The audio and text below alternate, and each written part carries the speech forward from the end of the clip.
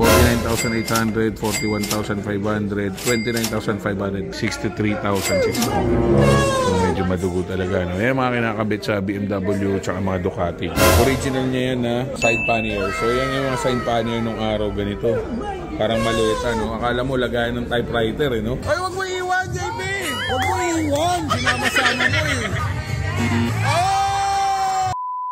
So ngayong araw guys, meron tayong pupuntahan na bagong bukas na tindahan. Ito yung 777 Motors dito sa may tapat ng BMW Libis. Well guys, dito yan 777. Dito yan sa tapat ng BMW. Ayan o, BMW Libis. Tapos nandito lang siya sa tapat. Dito tayo ngayon, pasok tayo guys. So mga parts nila dito guys, Wonderlich, yan, Unique Garage, Dr. Jekyll, Mr. Hyde, tsaka marami pang iba, no? So kaka-open lang nila guys. Kay Boss Jordan din to at kay Sir Opoy. So ang daming motor dito. So service center din siya.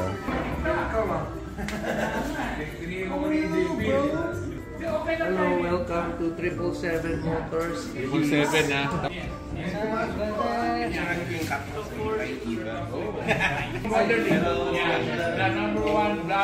Wow naman! So sila rin yung distributor ng Wonderlich Philippines. So yung mga accessories nila dito guys is more on European bike. Ducati, BMW, Triumph at Harley. So meron dito guys, Cardo, Denali, Clearwater, lahat ng mga ilaw na pang high-end meron dito, no? Yung D7 Pro, pinakabago ng Denali. So yung D7, so D4, yan ang presyo niyan guys. 49,800, 41,500, 29,500. Pero pares na yan. Wow! So ito naman yung mga Gold Runway. Mas mura ng konti ito guys. Nice. At quality rin. At ito yung Clearwater na napakamahal guys, no? So Clearwater na pinakamaliit, 28,750.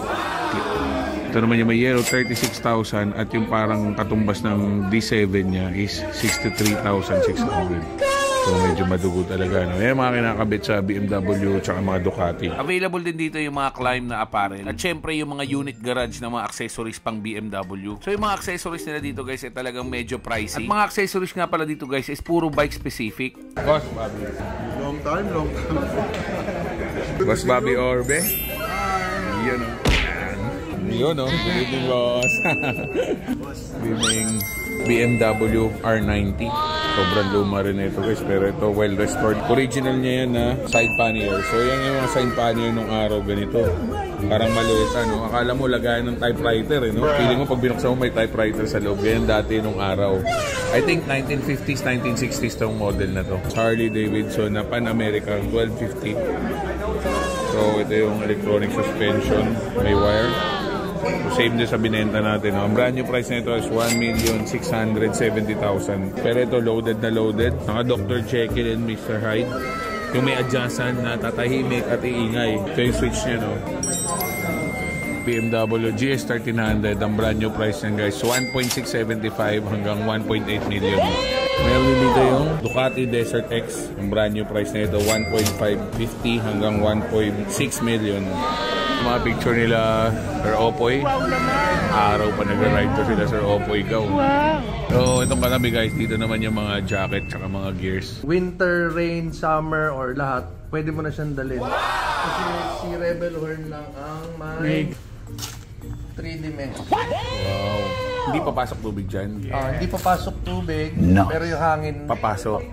papasok. Galing. The complete line siya, nasa 28,000 lang. Meron ka pang vent dito, may venting ka dyan. Karamihan ng mga jackets natin is kino-close natin to para mag-fit. Oo. Pero wala ka ng airflow dito. Tama. Si Rebel Horn, ginawa niya na rin ng reverse para meron kang airflow. Galing. Wow naman!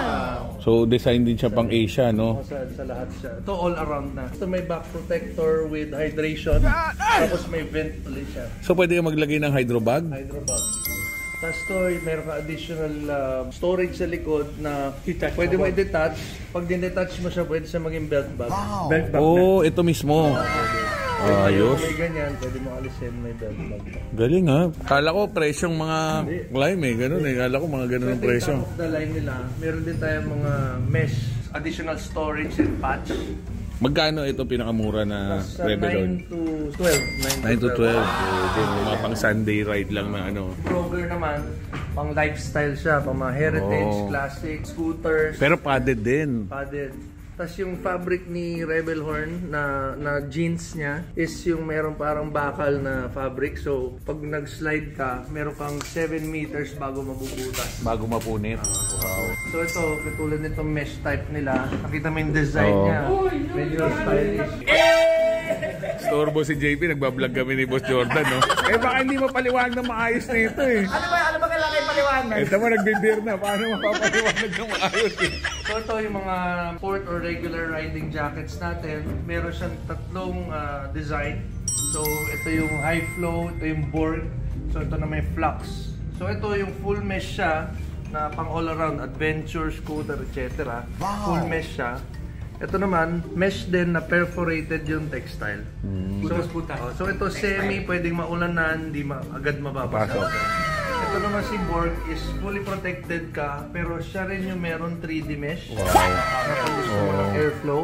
Pati dito may airflow siya. Dami, kompleto pa rin ng ano, no? Tapos pag nainitan ka talaga, meron siyang provision dito na kahit nakabukas na yung zipper mo, pasok pa rin dito. Pero hindi pa rin bubuka. Uy, yan, importante yan. Sara mo lang lahat, hindi ka na mababasa. Wow, magkano yung ganito? Ito nasa 14.5. Mura pa rin. Tsaka ang lambot no, ano yung parang memory foam yung... Hindi, ang foam na gamit ni Rebel Horn is level 2. Level 2. Level 2 siya parang gel type na nag-absorb ng impact. Hindi direct sa katawan. 5 years warranty mo sa lahat ng... Lahat sa lahat. 5 years to. So, kahit kupas lang, papalitan.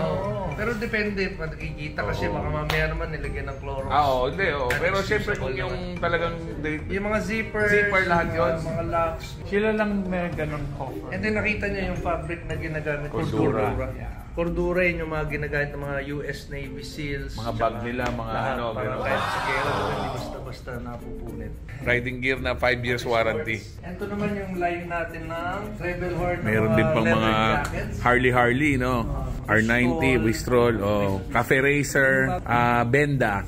Benda, pwede to, bagay sa Benda. Yung tsura niya parang Wolverine style. Tama.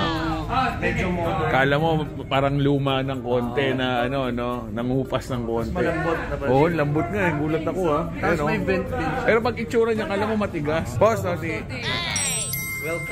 Thank Itong legend na tropa natin. Wow naman! Nung wala pa kami na. Nung araw. Wala pang YouTube. Ginagawa mo!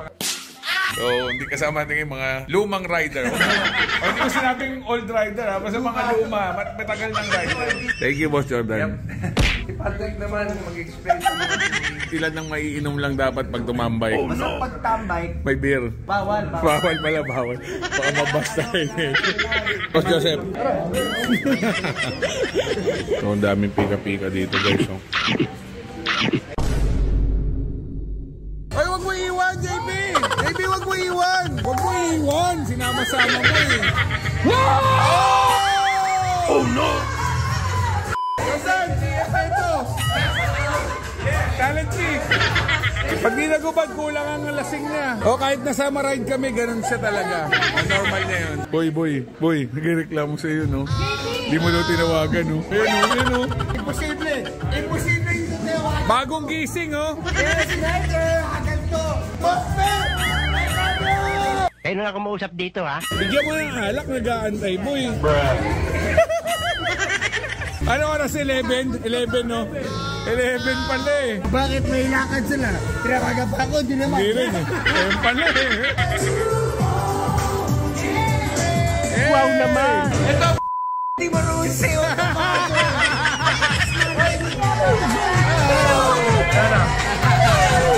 buhay na.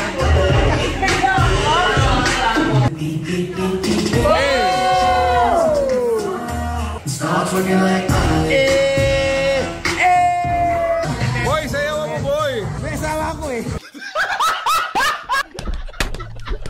Yan! Plus 10 points ka kay Daisy. Takot pala.